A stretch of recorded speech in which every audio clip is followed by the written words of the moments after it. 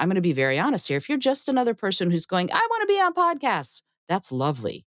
But unless you have a point of view and a perspective like your CPR method, Gloria, unless you have a perspective that's relevant to my audience, it's not as exciting for me to have you on the show.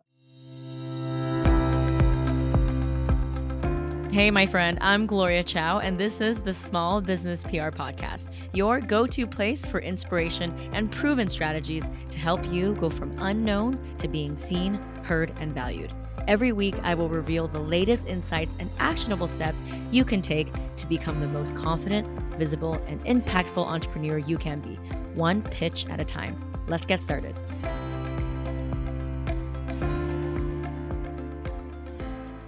What's up, everyone? Welcome to another episode of the Small Business PR Podcast. Today, I have Izolda Trakhtenberg. She is a former NASA expert trainer, host of the Innovative Mindset Podcast, and she's interviewed top experts such as John Lee Dumas, Grammy Award winners, artists, leaders, and she's going to talk to us about how she pitches and uses media to build community, connection, and inspire. So welcome to the show. Thank you so much for having me, Gloria. This is fantastic. So before we get into kind of what we're going to talk about, I just want to ask you, how many pitches do you think you've received total, like in the lifetime of your podcast? Thousands. I'm getting about 25 to 30 pitches every single day. Wow. Okay. So I'm so happy you're on here because so many people listening to this podcast want to be, on a podcast, right? And you're on the other side of the inbox. So you're the one that picks who gets in and who doesn't. So I want to just quickly ask you, what are your favorite types of pitches? And then we can go into like the do's and don'ts. Wow. My favorite types of pitches are people who are doing what I'm interested in talking about, right? So if you are someone who's working in environmentalism, if you are someone who's working in the creative field, if you want to change the world through innovation, ethical innovation, I want to hear from you. If you're not, if you're someone who, for example, is into, say, hunting, which is antithetical to what I do, I've had hunters try to tell me, no, I'm pro-environment. And I went, no, you're not. So someone who has done the research to find out what my podcast is about and even listen to an episode or two just to see whether or not we'd be a good fit before they even pitch me is the kind of person I want to hear from. Yeah. And by the way, if anyone's listening, Izolda is an environmentalist and she's an animal lover and a vegan. So do not pitch her if you are selling leather bags or if you love to eat meat. That's one of the things I talk about all the time is you never want to pitch like a beauty editor or, a fashion editor who's vegan, like your leather bag, right? So it's just going that one step further. So, okay. So no hunters, and you talked about your favorite types of guests. I love this. It's just true. So honest. It's also somebody who, like if you're trying to do timed media, it really needs to be timely, right? It needs to be something that's relevant to right now. For my show, some of that content is very timely and a lot of it is evergreen. So even if you're doing an evergreen pitch, I might be interested if the subject matter is something that I'm already really curious about.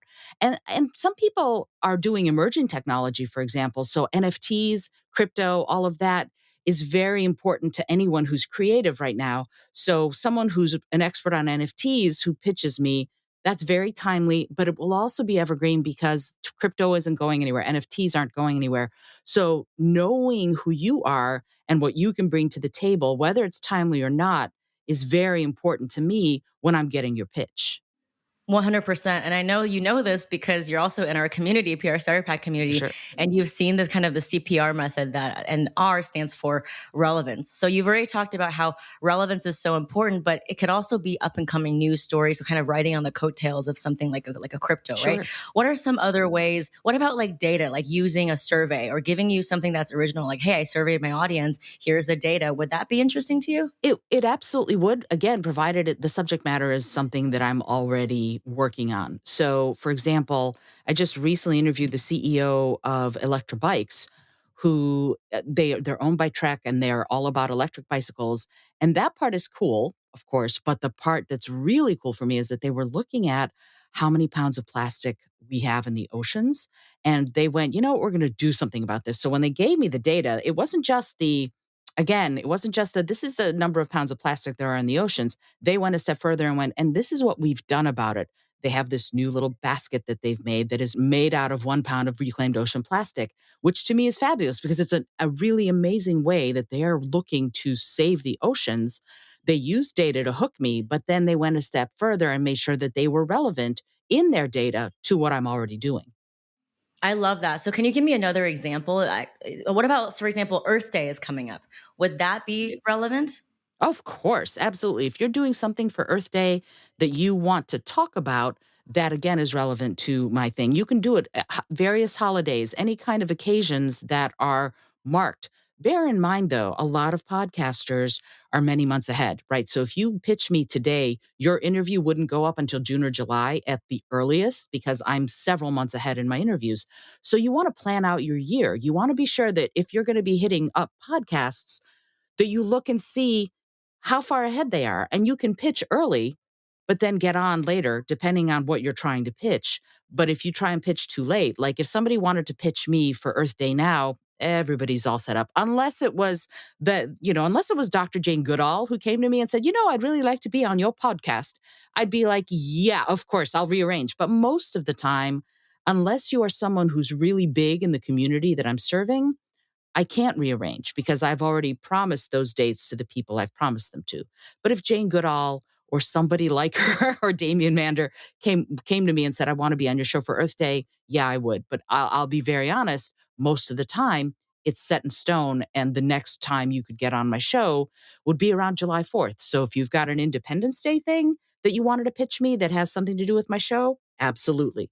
Other than that, again, do your research, know your podcaster who you want to pitch beforehand, and you'll be able to do a lot of that kind of homework and be very well prepared, both for the pitch and eventually the podcast.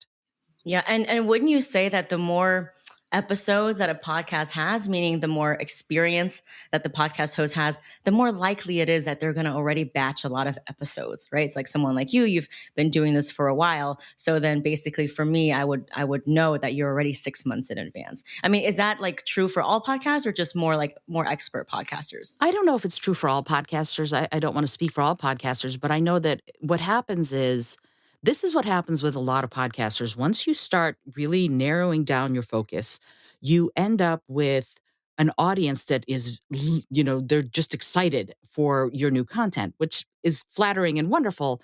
But it also means that the PR folks, they actually discover you and they go, oh, this is someone who's putting out podcasts consistently. They're good podcasts. I'm going to start pitching them.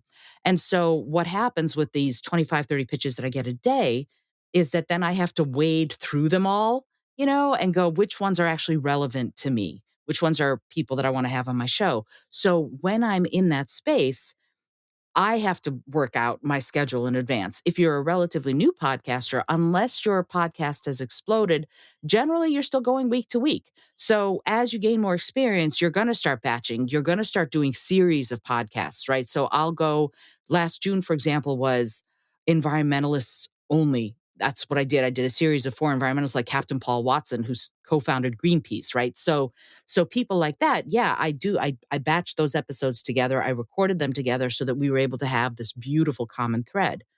If I were a newer podcast, I might not have had that many guests, so I might not have been batching.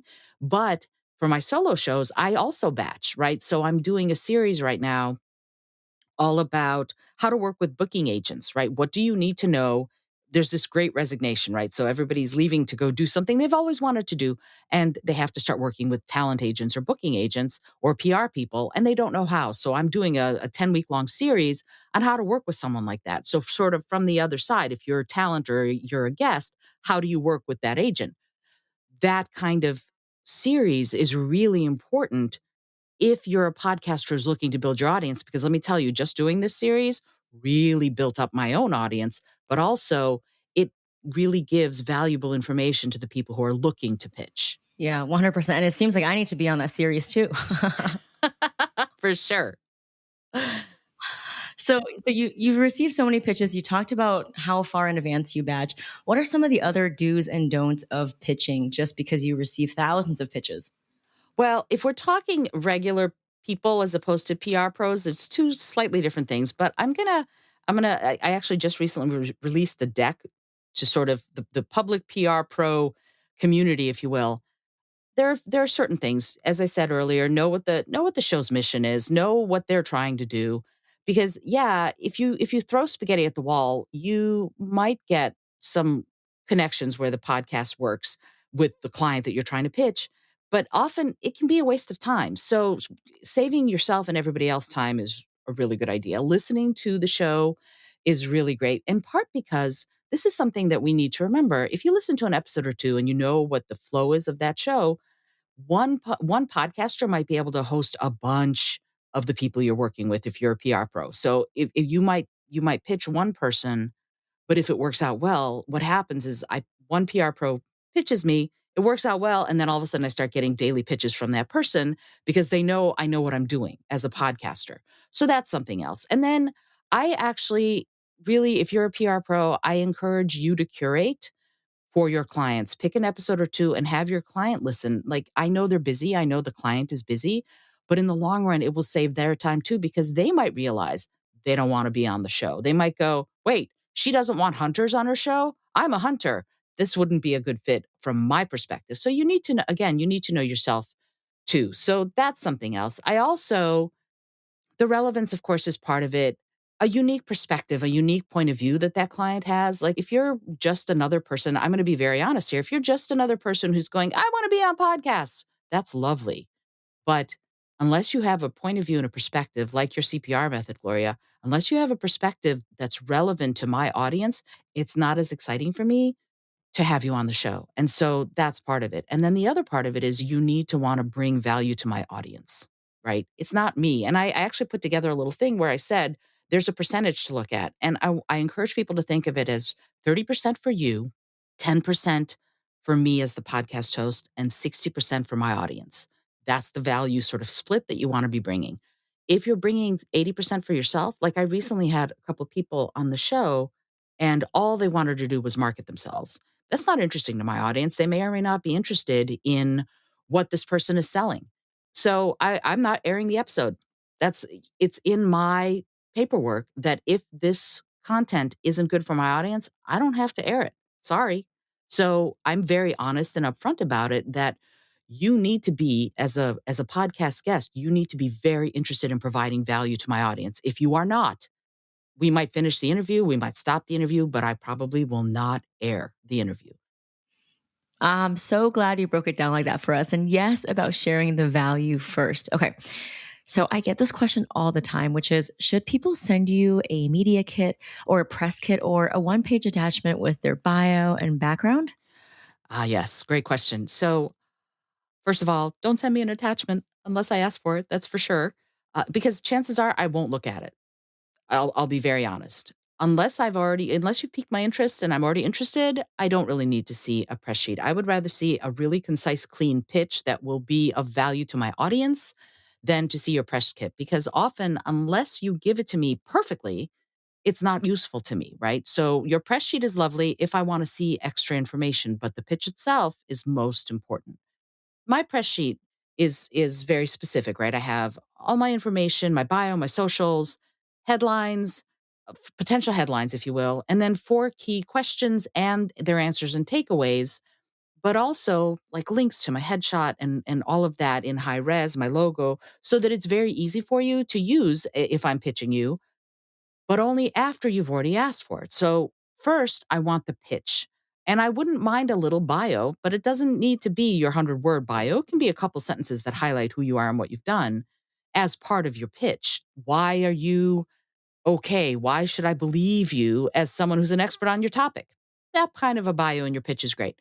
If what you want is to really wow me, relevance to my topic, make sure that you are focused on serving my audience. How will you serve my audience? And your unique point of view. Like, I talk about your CPR method all the time, Gloria, because it really is that. For me personally, no, it's true. It's so beautiful. It's very elegant. For me personally, I also am good with evergreen topics if they're going to serve my audience. So timeliness isn't quite as important to me. Although right now, for example, we just said, NFTs are huge. And if you're a creative, you're probably at least thinking about NFTs. And if you're a creative woman, only 5% of people in NFTs are women. Out of the thousands that are going in, only 5% are women. So if you're a creative woman, I encourage you to start thinking about them. Even if you never get involved, you should at least be educated about it. So women who are in NFTs definitely want to be paying attention. And if you're a woman who's working in NFTs, you're the kind of person I'd want to talk to on my show. Do you see what I'm saying? So it doesn't have to be timely right now, but it's a new and emergent technology that we need to be paying attention to if we're innovators. Yes. Let's elevate new voices and new groups, and especially female mold breakers and innovators, right? Also, thank you so much for validating that my CPR method works for getting onto a podcast from someone who actually receives so many pitches. So, tell me more about how you've actually used the CPR method for beyond just getting yourself onto a podcast. Oh, I love that you asked this. So for me, the thing that I do a lot, what I've done is I've adapted your CPR method. Instead of looking at it just as earned media, which I've done, I've gotten myself on uh, TV and into newspapers and magazines, some national, some private, like private companies who have their internal uh, they have their internal magazines that go out to every employee of the company. If they have like 10,000 employees or whatever, I've gotten myself into those, and I've used it because I'm talking very much about the importance of having a mindfulness practice, and it's through the lens of creativity. So when I'm talking about that and you want to make your people feel valued and valuable, one of the ways to do that is to help them invest in themselves. And when I talk about that right now, especially with all our companies coming out of COVID and everybody's sort of trying to figure out how to live in this new future, that's very important to people right now, to the leaders and the decision makers and companies. So I've used it to do that, but also I've used it to pitch my work. Like I've taken the CPR method and modified it, tweaked it for myself and use it to pitch. I speak on mindfulness and creativity and ethical innovation. So when I'm pitching a company, that's what I do. I use the CPR method slightly modified for my own self to pitch companies to get to do workshops, to get to do speeches with those companies. And it's not earned media per se, but boy, does it work really well to actually have that style of pitch so that when I'm talking to them and going, this is why it's relevant to you, I have a unique point of view, and you're going to love this because it's going to be wonderful for your people, not your podcast audience or not your reading audience, but your employees. They love it. And it's much easier for me to get the second phone call or the second interview or whatever to get in to work with their people to help them be innovative and ethical in the way they approach their work and their lives. Love it. I've loved that you use the CPR method and the starter pack for like other opportunities such as, paid speaking and workshops. I mean, so many powerful ways to grow your audience, right? I've also had other people use it for securing brand partnerships, you name it. So here's my question. After you've received the press, after you've been featured, how do you leverage it to make it go to work for you? How do you make it so that it goes the extra mile, right? And you can keep reaping the benefits of that opportunity. I think one of the things that I love about it is that it's a self-perpetuating cycle. The credibility piece, the more you're out there, the more you make sense, the more earned media you get, the more credible you are, right? So it builds on itself. You start with what you know and how you can serve. And then each time I'm on a new show or I'm in a new newspaper or magazine or some other publication, I I reinforce my credibility, right? So each time I do it, I don't ever I don't ever sit on my laurels, I would say. But part of it also is that I reshare, right? I elevate the people who were gracious enough to have me on their show or in their magazine or whatever. So I make sure that I elevate them to my audience. And we keep building that way and having that stable foundation of I know what I'm doing is one thing, but building on it each time, sharing the information, giving it out so that people can benefit from it and really work on the things that they want to work on and find that success and achieve the way they're trying to achieve is it's built upon by the credibility that we have and that we keep building when we keep elevating each other as well as ourselves. Now, you receive so many pitches and, you've had your podcast for many years. So, can you share what you personally are looking for in a pitch and maybe some of your pet peeves? I do. I actually have created a deck for PR pros about exactly what a podcast host wants and needs in order for people to pitch a podcaster successfully. So if you're interested in that, I'd be happy to. It's just free gift from me to you. I'm happy to share it out. I will send a little link to you, Gloria, so that you can have it. And it's just a freebie. You don't even honestly, you don't even have. This is something that I think is a service for everybody who's trying to get PR.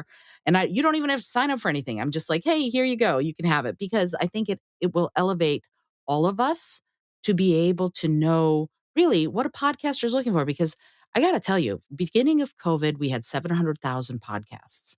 Today, we have 2.8 million podcasts out there, active podcasts, right? So podcasting in many ways is the way of the future. And it was really interesting, actually. Rob Greenlee, who I was telling you about earlier, who's in the Podcasting Hall of Fame, huge, huge, wonderful guy, wonderful man.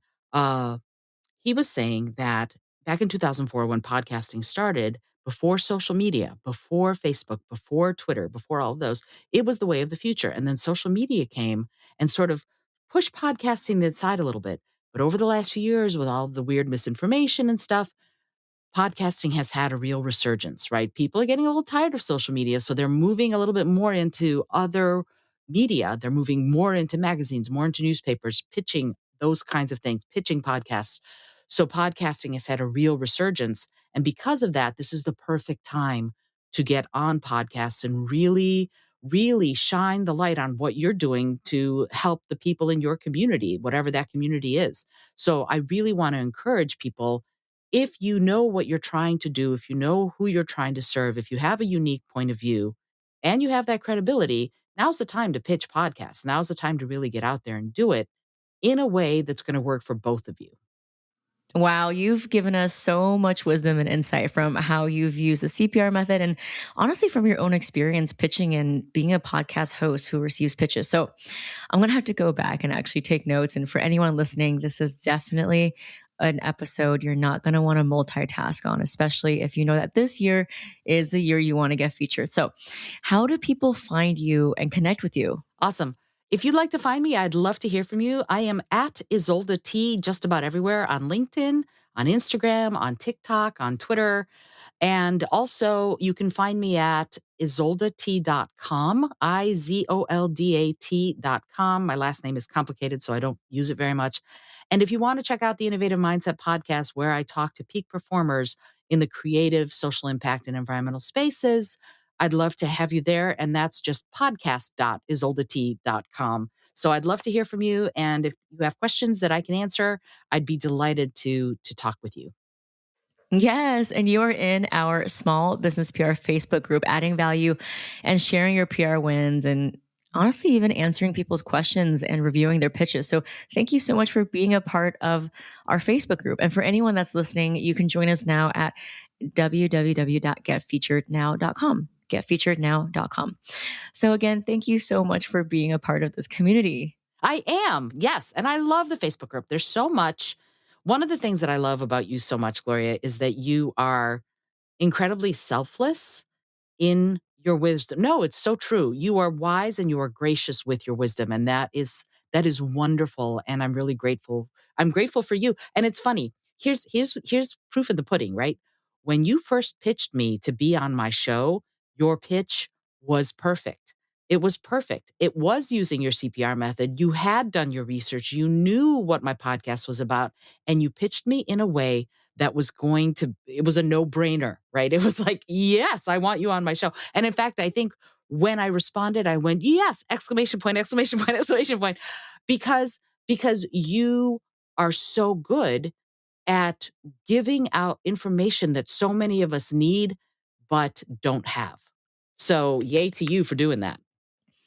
I cannot wait for our listeners to use what they've learned on this episode to pitch themselves and share their story because, like, let's be honest, everyone deserves to get onto a podcast, right? It's a really special medium to connect with people. It's so special.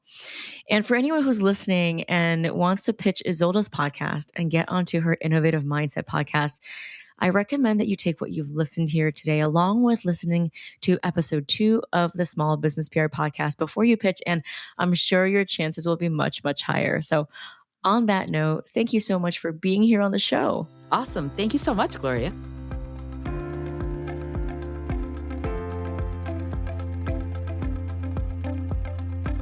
Just finished another episode of the Small Business PR Podcast. I hope you loved it as much as I did. Now, if you want to get free organic press features, get onto top podcasts, and build relationships with editors at your dream outlets, join me and hundreds of small business owners in the PR Starter Pack.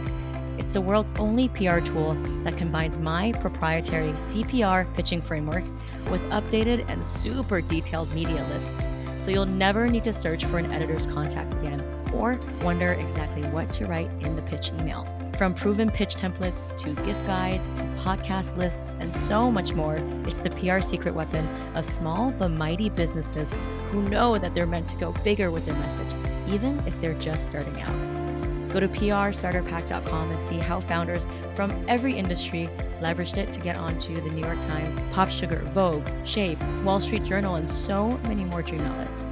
No PR agency retainers, no expensive contracts required, and best of all, no ads or relying on relationships or other people to vouch for you, because the PR Starter Pack has everything you need to feel ready and confident to pitch like the industry expert you know you are. I know you're going to love it, so go to prstarterpack.com and I'll talk to you next week.